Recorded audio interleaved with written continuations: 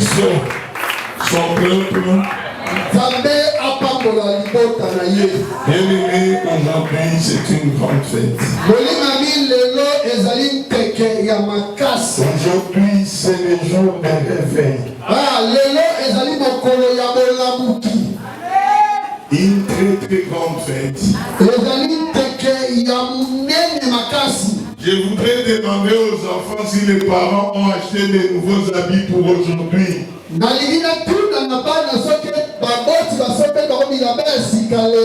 Qui est cet enfant que les parents ont acheté des nouveaux habits pour la fête?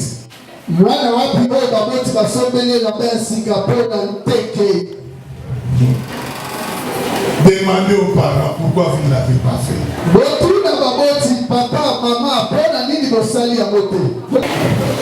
Pourquoi vous souriez la base? Nous avons tendance à prendre des fêtes mondaines, nous le plaçons au premier plan. Maman contrôler ma maman.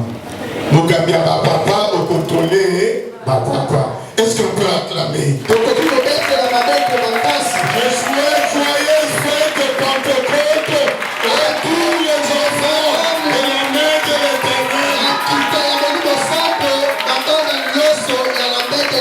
Je bénis particulièrement une personne. Mon fils que je vis a fait très longtemps, Pacha, tu approches. Très très longtemps. Voilà.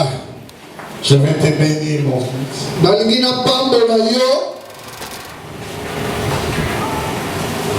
Père éternel, ce n'est pas du tout un hasard que tu aies permis ton fils en ces jours de la Pentecôte d'être présent en ces lieux. Je voudrais déverser en lui une puissante bénédiction, une puissante, Seigneur Dieu, vie d'abondance. Père éternel, que ce jour soit un jour pas comme les autres. Au nom puissant de Jésus, au nom puissant de Jésus, reçois la grande bénédiction de la part de Dieu. Père éternel, quand ce jour, toi qui sais changer les déserts en verger, qu'il en soit ainsi pour ton fils. En sortant de ces lieux, Père éternel, qu'une nouvelle vie commence, et pour lui, et pour sa femme, et pour ses enfants, et dans toutes ses entreprises. Reçois la grâce de Dieu, au nom puissant de Jésus. Sois richement béni. Amen. Amen. Merci, merci. Avec une certaine satisfaction en nous-mêmes. Afin que tu saisisses ces moments merveilleux.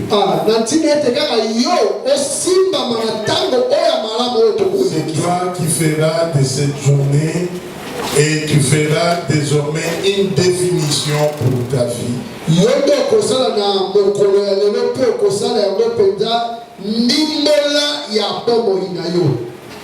Éternel Dieu, nous te disons merci. Merci Seigneur Jésus pour tout ce que tu as accompli et que tu vas encore accomplir davantage. Mais Seigneur Jésus, en ce jour de la Pentecôte, que l'Esprit de Dieu donne une nouvelle définition dans la vie d'un chacun de nous. Souffle, Seigneur, de ta puissance, de ton esprit, de ta grandeur, afin qu'aujourd'hui, Seigneur Jésus, nous puissions retenir qu'une alliance nouvelle, Seigneur, est en train d'être bâtie. Non seulement pour l'Église, la main de l'Éternel. Le Saint-Esprit a pour rôle de renouveler le cœur desséché. Voilà.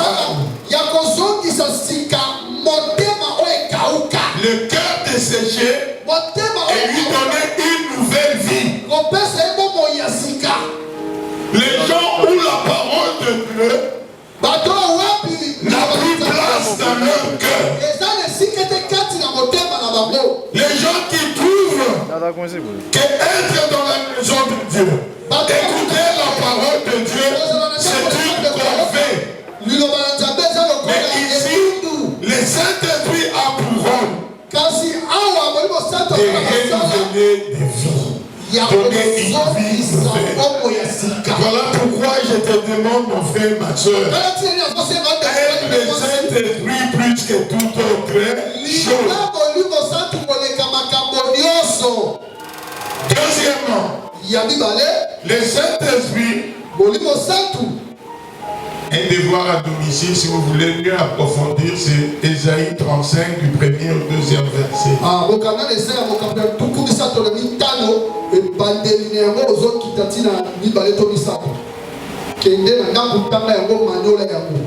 Ça, c'est pour notre transformation spirituelle. Et le Saint-Esprit a entre autres rôle la restauration des communautés. Dans Ésaïe 43, 4 et 3, il dit: Dieu répand son esprit sur la terre desséchée. Là où il y a sécheresse spirituelle, il apporte le réveil et la croissance. Le réveil et la croissance. Et aujourd'hui, je voudrais que tu utilises les baromètres spirituels pour ta vie. Quel est le niveau de ta vie spirituelle? Ici dans l'église, toi-même, tu te situes à quel niveau?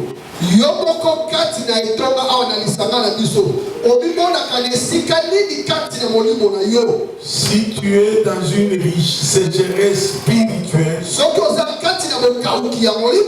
demande au Saint-Esprit. Il va t'apporter non seulement le réveil, mais également la croissance.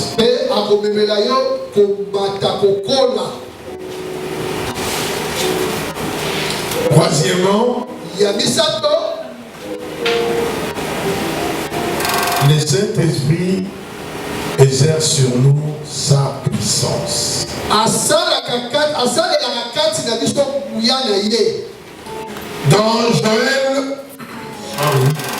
Dans Joël 22, 8, il dit: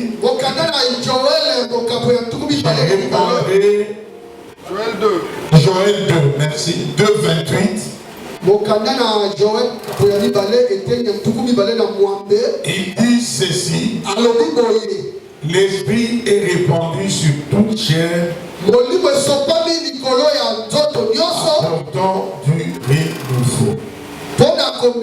Ici, dans Joël 2, 28, je répandrai mon esprit sur toute chair. Les jeunes feront quoi? Prophétiseront. Et les vieux, ils feront quoi? Toi?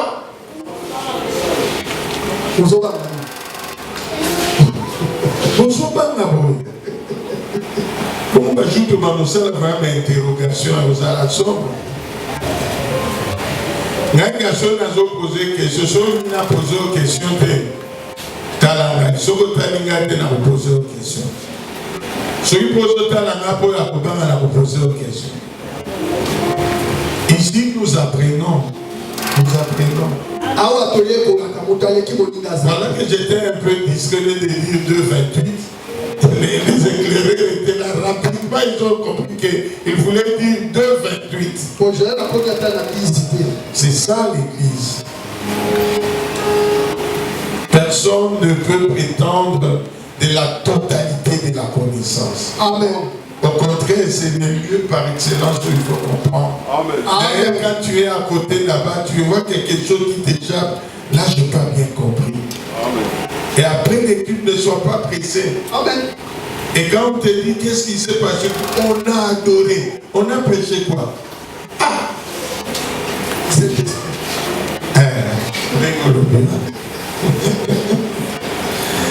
voilà.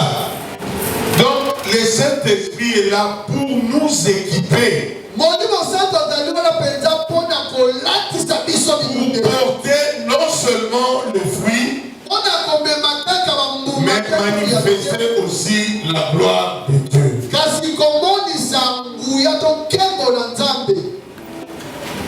Le Saint-Esprit est là pour nous équiper. Quand on dit l'Esprit descend sur moi, j'ai besoin de l'Esprit comme le jour de la Pentecôte. Cela signifie que nous avons besoin que le Saint-Esprit nous équipe. Et quand il nous équipe,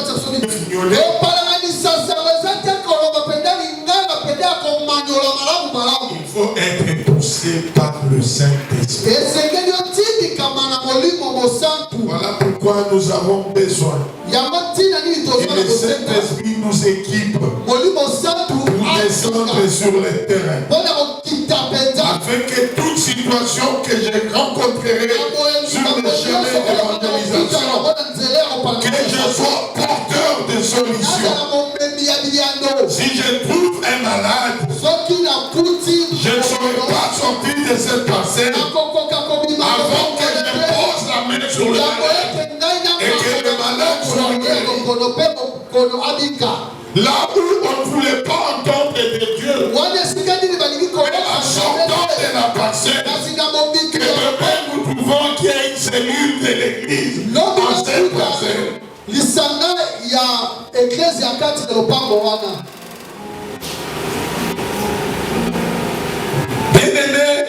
Bien-aimé, une fois j'ai posé une question ici à une sœur. Je lui ai dit, est-ce que le Saint-Esprit est en toi?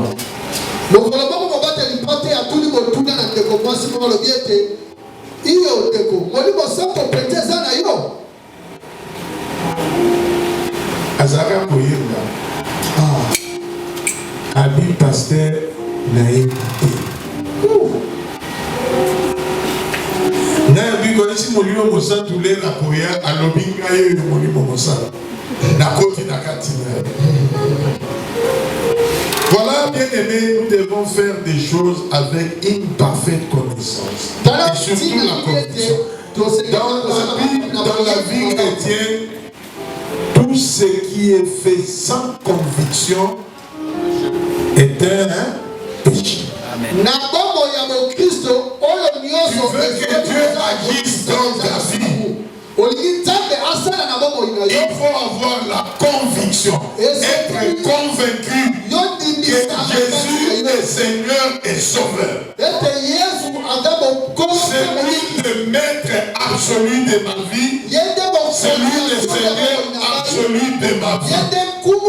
Ce qu'il me dit, je dois le faire. Non pas par crainte. Parce que je sais toutes les sources de la vie viennent de lui. Jésus ne ment pas. Jésus ne séduit pas. Les gens qui séduisent, ils savent qu'ils n'ont pas cette capacité-là. Mais plus attirés de la conscience d'une personne, ils utilisent la séduction. Jésus, lui, qu'est-ce qu'il fait? À la place de la séduction, Jésus vient convaincre. Et il te demande seulement une chose. Joseph, fais-moi confiance. Le Saint-Esprit, tu ne le verras pas. Ce n'est pas quand tu vois une colombe sur ta parcelle, tu cours vite, je vais prendre le Saint-Esprit. Ce Ça, c'est juste un symbole. Aïe, aïe, aïe, aïe, aïe. Alléluia. Amen. Ce qu'on a posé une question. Bayebi que bâton d'Isami na molimo mosantu. Bapana, on a même d'autres samazate. Ce qui peut offrir les ménages à monter la bonne sayo, fana. Bayebi bayebi que bâton d'Isami na molimo mosantu. Batika la côté. Donc, biso de tout ça na molimo mosantu. Bon. Ah, bah, peut-être ta famille, on va prier pour nous. Bota la main bien ici,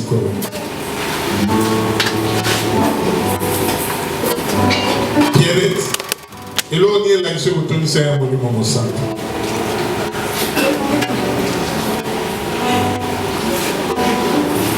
Print, et là, on est là, je vais vous donner un monument au centre. Ils ont été enseignés sur ça ici. Hein? Ils ont été enseignés sur ça. Enseigner, oui. Vous savez, les enseignements, ce n'est pas que les prédicateurs aillent au salle à spectacle et à connaissance. Là où il y a la différence entre la Bible et les journaux, la Bible est autodynamique. Amen. La Bible a la capacité, la parole de la Bible a la capacité de transformer. Voilà pourquoi il faut toujours lire la parole et la comprendre. Combien de fois ces enseignements n'ont-ils pas eu lieu ici? Qu'est-ce que nous en avons fait?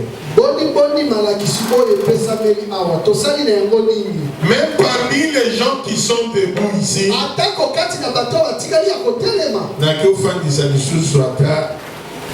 moitié. Pour les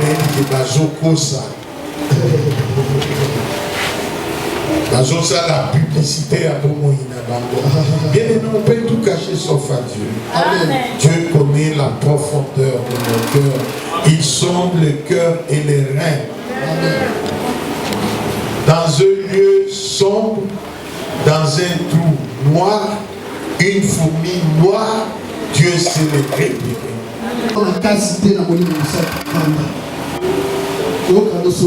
Merci beaucoup. Merci.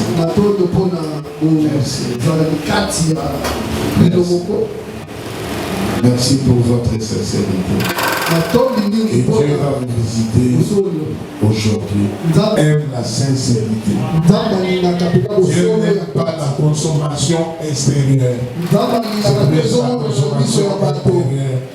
Dieu est le consommateur de notre foi. Amen. Oui, bien aimé. Revenons maintenant à notre Père. Il est tout à fait juste que de dire le Saint-Esprit a le pouvoir de transformer les déserts en verger dans nos vies. Et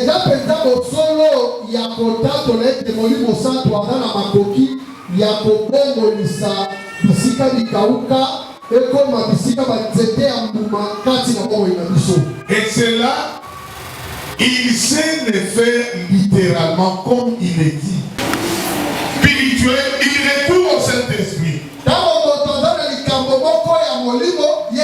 quand il a un problème physique, là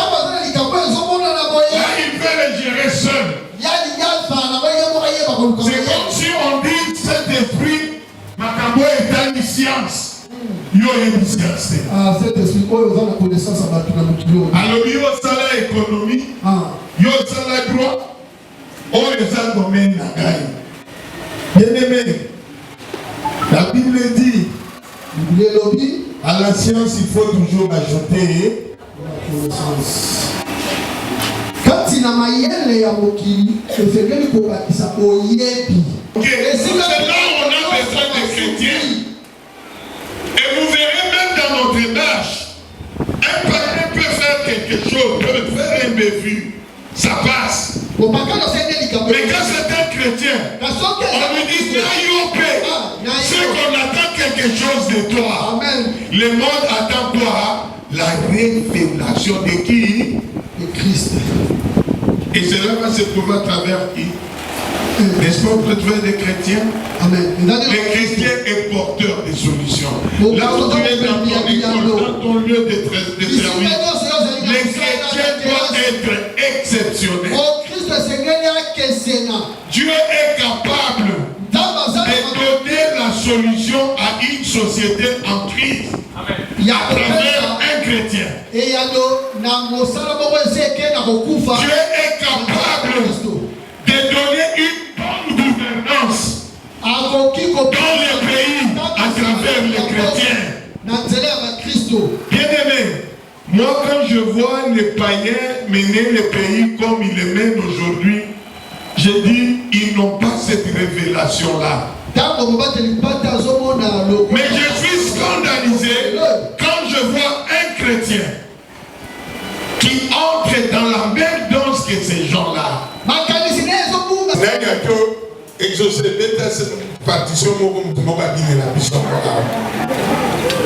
Mais naebi na bafé na fana na bafé na zomi tuna bato ba yokola ka badanso nini donc azo bina koleka na mupagani musu komona so abusina na ça c'est grave ba yokola ka motango nini. Bien aimé, tu sais dans la vie soko zali tie Nzamba mbili bakovomir.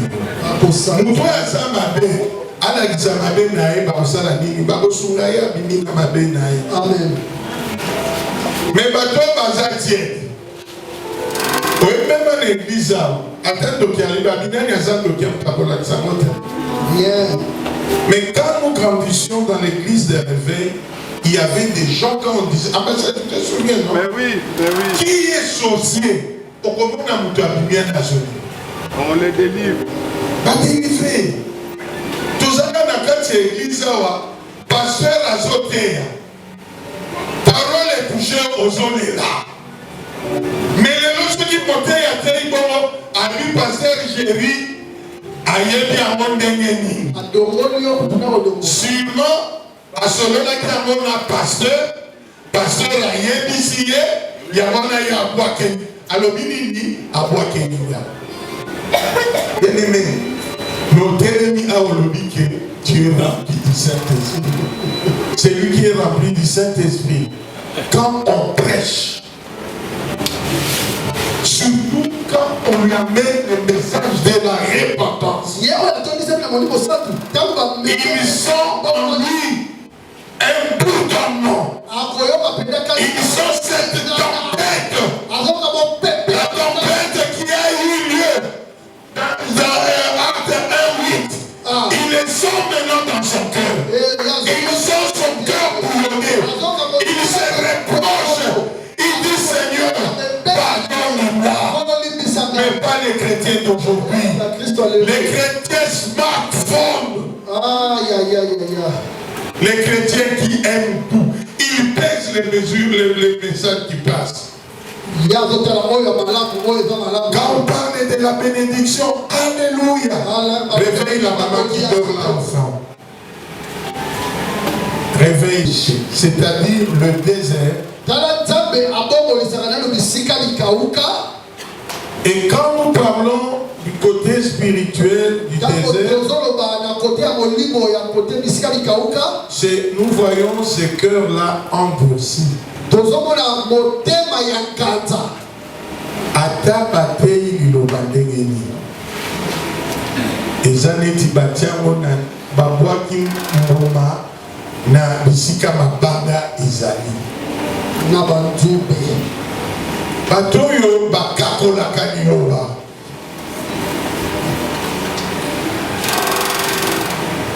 Et c'est là où on parle de la stérilité spirituelle. Bien-aimé, un cœur qui est toujours triste. Une personne qui a perdu la joie dans sa vie. C'est un désert. Un véritable désert. Dans sa vie, il ne voit que du côté négatif.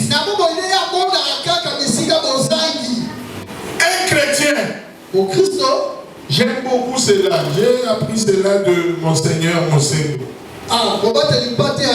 Des gens qui voient toujours que Dieu va agir quand son verre est à moitié rempli et il est au milieu. Il ne dira pas que mon verre est au milieu. Il dira mon verre est à moitié plein. Est-ce qu'on comprend? Donc sa vision c'est quoi? Il veut voir son verre plein. Au lieu de dire les gens presque vide à Koloba, ils sont à moitié plein. C'est-à-dire des gens qui voient, même si aujourd'hui ça ne marche pas, demain ça va marcher. Non pas parce que je suis celui que je suis, mais parce que Christ vit en moi. Et il a en moi un plan merveilleux. Dieu fait trembler le monde. Un jeune de 17 ans, on a détourné mon prison. On a détourné il y a 100 jours. Mais mon il touche par jour plus de 1800 $. Par jour, plus de 1800 $.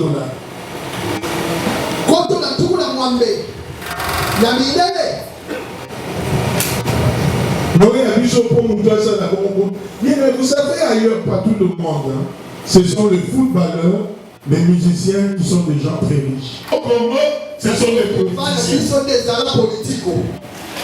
Ce sont des politiciens honorables. Son Excellence. Pourquoi? soki moza famille moko ya lokumu zodima moko bengana natikala komona motu moko te apumi binobi baseke nyonso nango bafantasi balokumu ya mokili te motu wana ata obwaki ye ata okumbi ye neti bamisuima basala kote na liputa boye sol na ye ese soki na yo mais komona bato wana bakoya non on va l'enterrer na nini na ce sont des gens qui ont des cœurs endurcis.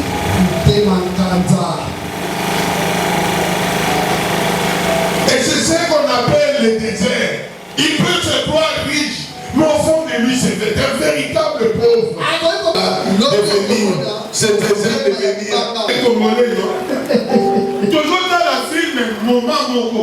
Et ça, c'est quand tu as un film, on va la photo, pas diffusée. Mais ça, on y a un saligo. Et puis, curieusement encore, film les en anglais. Aïe, anglais. Qui connaît tout.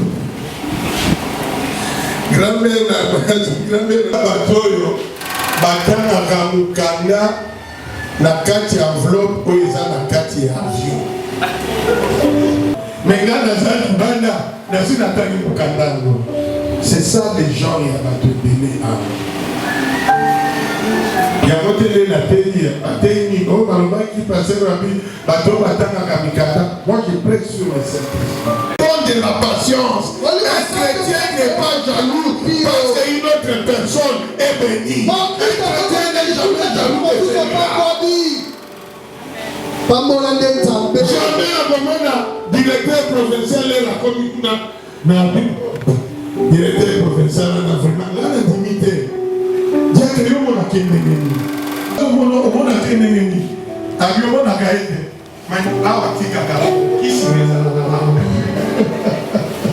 moi je me demande si les chrétiens pensent bien que le diable est qui. Je vous dis, le mot bénédiction n'existe pas chez le diable. Le mot bénédiction vient de Dieu. Le diable ne bénit jamais. Le diable te donne un semblant de richesse qu'il va récupérer le lendemain. Mais la bénédiction de l'Éternel qui enrichit et de le faire suivre d'aucun. Acclamons pour ces dieux tout-puissants.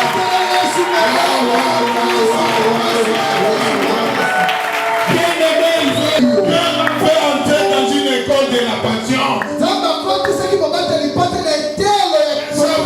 apprécier chaque temps avec son événement. Des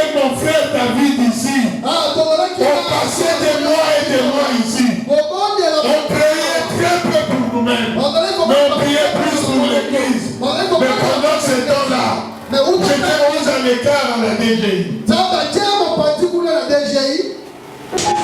La coûta de la directrice a dit, oh non, pasteur, pendant que le service général est tout ça. Mais nous sommes toujours menacés. Nous faisons un ambassadeur, toujours prier plus pour les autres. Nous avons compris qu'il y a des gens qui ont ça n'est pas autre.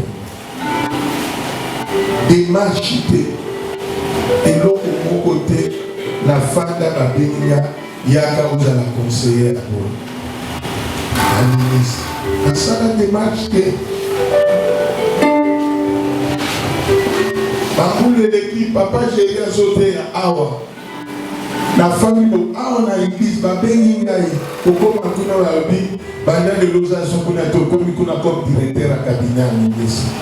C'est le fruit de la crise. Les gens qui viennent tu vois là où je suis aujourd'hui, je peux te dire avec exactitude. Nous sommes là, j'ai partagé avec mon frère hier. Dernier frais à fonctionnement toujours dans le gouvernement date du mois de décembre. Mais le ministère doit fonctionner.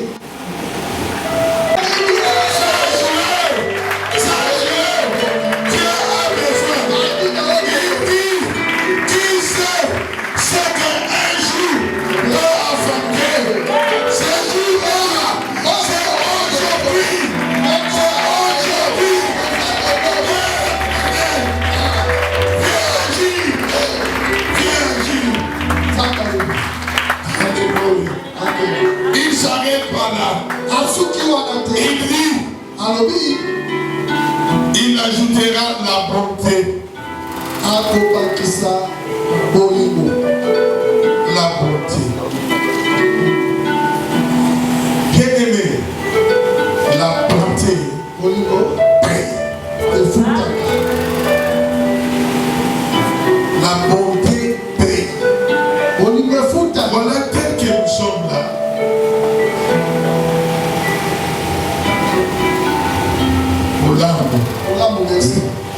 Parce que vous savez, dans la vie, l'homme quand il meurt, on perd tout de lui, on oublie tout de lui, sauf son nom. Amen. Quand on est allé à Congo, on va na problème pour laisser les téléphone à zone comme ça là, ou bien ça un problème. Abi, ton nom c'est qui? Abi, mon nom c'est Ngoy. Abi Ngoy, mais moi je connais Ngoy. Ngoy, Jéry, Abi, tu sais ces services que ce monsieur m'a rendu, je ne peux jamais les comparer. Malgré les lois de ça, vous savez, est fort. Je regrette dans ma vie, c'est que votre papa n'a pas eu ce que moi je pouvais lui donner. Ce monsieur extraordinaire, il a été pour moi plus qu'un papa. Alors qu'il était ton beau-père. Bien aimé, Bolamo et Futaka. Bolamo et Futaka. Batuwaki kobosa na yo babosa nyo. Il suffit qu'à mkoloboko, moi na pièce kamo. Yo komono barak na. Bona kabase ni. Koya na maïté me kabase lolo dafi. Ambassadeur. Pona wana. Mwana fanda. Bien aimé, Bolamo Futaka. Bolamo et Futaka. Les moutous sont qui étaient dans le but de Bolamo et Futaka. Et Bolamo, il n'y a que le Saint-Esprit. Je dis qu'il n'y a que le Saint-Esprit qui peut te le transmettre. Et il n'y a que lui, personne d'autre que lui. Fait-on, tout ça fait dire. Les conclusions. J'avais vraiment envie de fêter. Mais les choses de ma vie au fêter. Ma maman, ekoya après makambo nyonso esili baye soki mpe tomeli te lelo tofo tomela molimo mosala. Amen. Amen. La Bible dit ne vous émigrez pas quoi, mais soyez quoi, Rempli du Saint-Esprit. Vous savez, celui qui est ivre, qu'est-ce qu'il est content? C'est l'alcool, hein? Et je vois la moutazoya awa, amoni singa oil. Il y a ce qu'on a, on dirait d'oda. Akomi.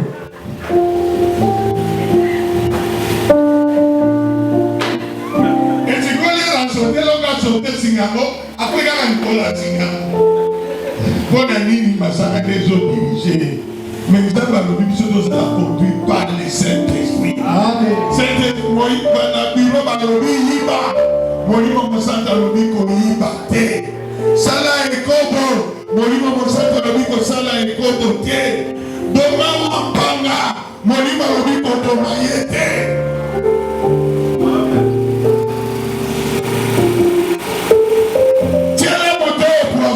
Moi, je pense à ta vie, côté de la poisonté.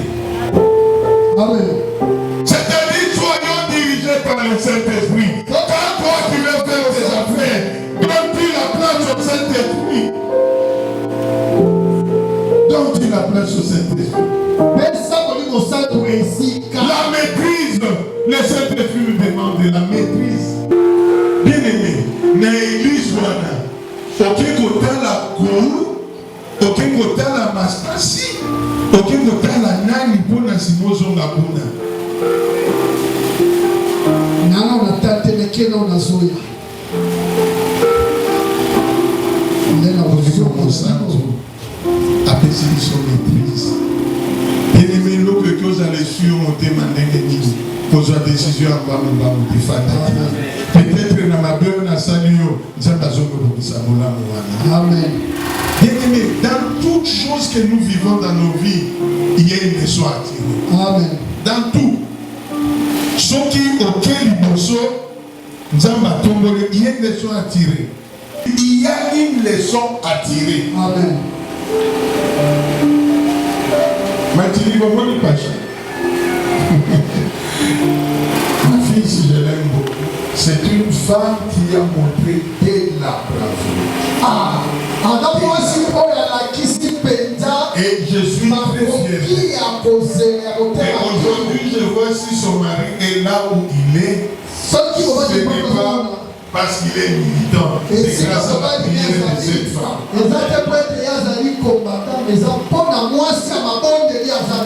J'ai eu une fois, j'ai dit à Martinique, prends désormais ces jours-ci, commence à prier. Et elle a fait ça, sans décider. Oh, Diamant Lobio va nous prier. Ah, n'a prié pour la sujet. Mais nous on a prié pour le sujet. Soka Bade Lio va problème. Tome 1, tome 2, tome 3, tome 4, tome 5 à Jokoma, tome 6 à Jorézonia. Mais à tout le monde ensemble,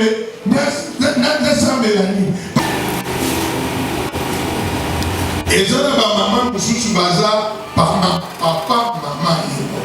Et maman n'a pas eu un louche. Maman est venue.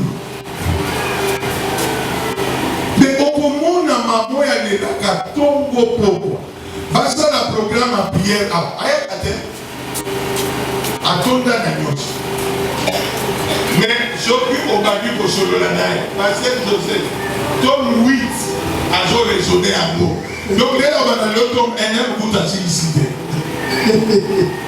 Pourquoi? Ton ami, vous doyez dire Nzambé. Qui croit que Jésus est la solution à tout ça? Bien aimé, vous allez présenter au tombeau là, qui croit sincèrement que Jésus est la solution à tous ces problèmes. Mais pourquoi les babés n'a pas de culte? Il faut baptiser avant moi. Réunion à ma maman, oyakate. Yaba jeune oyakate. Yaba papa oyakate. Je voudrais désormais que nous puissions les prendre comme des gravés dans nos cœurs. Un problème, on peut le faire. Je crois l'avoir plusieurs fois ici que j'avais donné au directeur. Le directeur ne les retrouvait pas. babongisi makambo ya misolo ya DGI mais mokolo esengelaki bayamba bango mpa na mokonzi ya yambo ya DGI. Je vois le directeur me dit où est la copie. Moi je ne retrouve pas la copie. Mais moi si je ne retrouve pas ma copie. Abi Saïd Lolo Toshano. Nabia directeur Obarate. Abi Yabatage. L'air dans le Bible, il démarche maintenant très cher, donc très sûr de lui. Qui lui criait? Qui lui criait? Nani ndimela ki babonobi. Nani ambaye unatongoza na mama portugaise kati l'église. Mama yakawa asai mkele tina Sonates. Alika di grâce. Nitina. Bato balinga ba bibale bazabe étudiant papa mola bibi. Oh, nazoka DGI toujours na mutuka. Toujours mona bato bazokita kota rompo ngaba. Na bi papa Jéri. Ozokidenda kita to keneza te nazokoma. Azosala ni obi bazolene koma mukuse. Banda rompo ngazo pe babandaki campus ke kana mama Clarisse Baibi. oh. Baba ni makolo. On a top. Masolo pe onesi na kate. Papa Jéri abonsani. Tu dois faciliter le transport à Boyi. Ce qui maman Clarisse abola kamobani au trois étudiants. Elle a besoin de directeur. Ou bien Jéri a besoin de procureur. Mado a besoin de directeur. Nakama. Boniko. Petele Yesu maboko. Yesu wana Amen. Le Dieu de l'impossible, le Dieu de la métanoïa. Papa, que Dieu te donne une forte onction ce soir. Une forte onction ce soir. Que la métanoïa ne soit pas seulement un slogan, mais que la métanoïa soit réelle. Une vérité pour toi ainsi que pour tous ceux qui écouteront les messages de ce soir. Sois réellement béni. Bien-aimé, moi je suis fier. Aujourd'hui, quand je vois à mon côté ici, j'ai un directeur provincial, les diplômes. Bien-aimé, mon amour, ce qui m'a passé au message, il peut couper ça, mon papa est à la simane. Ce qui est à l'accident, laisse communier comme ça qui dit na jet contrôle. Oh. Amen. Moi je dis que c'est comme c'est béni. Voilà pourquoi papa j'ai dit, il ne faut pas qu'on s'appelle, tu vas soutenir, nous serons cette race grande de serviteurs où Amen. je suis dans la joie. Namour papa Joseph Ali papa, Atine Namkada va signer, bien aimé. La main de l'Éternel, c'est un système qui a ressort. Ressort au final. Yote. Akoko même on va aboyer. Akoko te aboie qui on est d'abord à Talikoro. Nalobi amopo na mama moko. Nalobi amopo na papa moko. Nalobi amopo na elenge moko. Oh nyonso bikuke kangela. Oh bakangela bikuke. Bien aimé, papa Fanny Saoune Likolo na ressort. Lobi na yo et kokami sabo.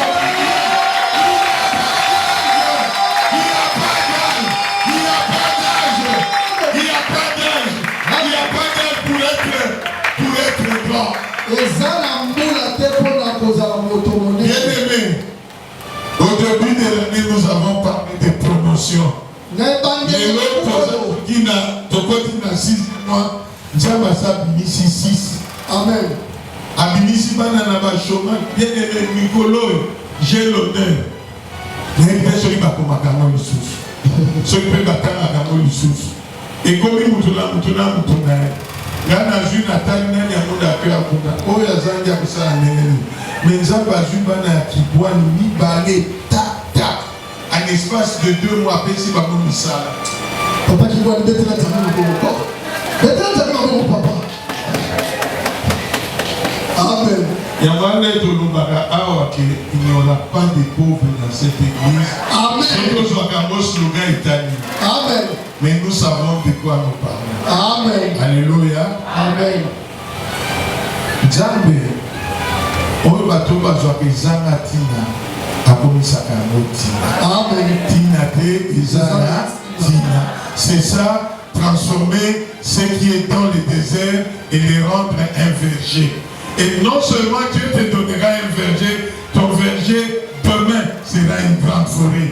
On n'aura pas seulement des fruits, on aura des animaux, on aura des minéraux. Et c'est Dieu là, veut que tu accomplisses tes manières avec lui aujourd'hui. Voilà pourquoi, quand vous avez ta maman, vous avez les mains. Vous avez les mains. Alléluia. Alléluia. Alléluia.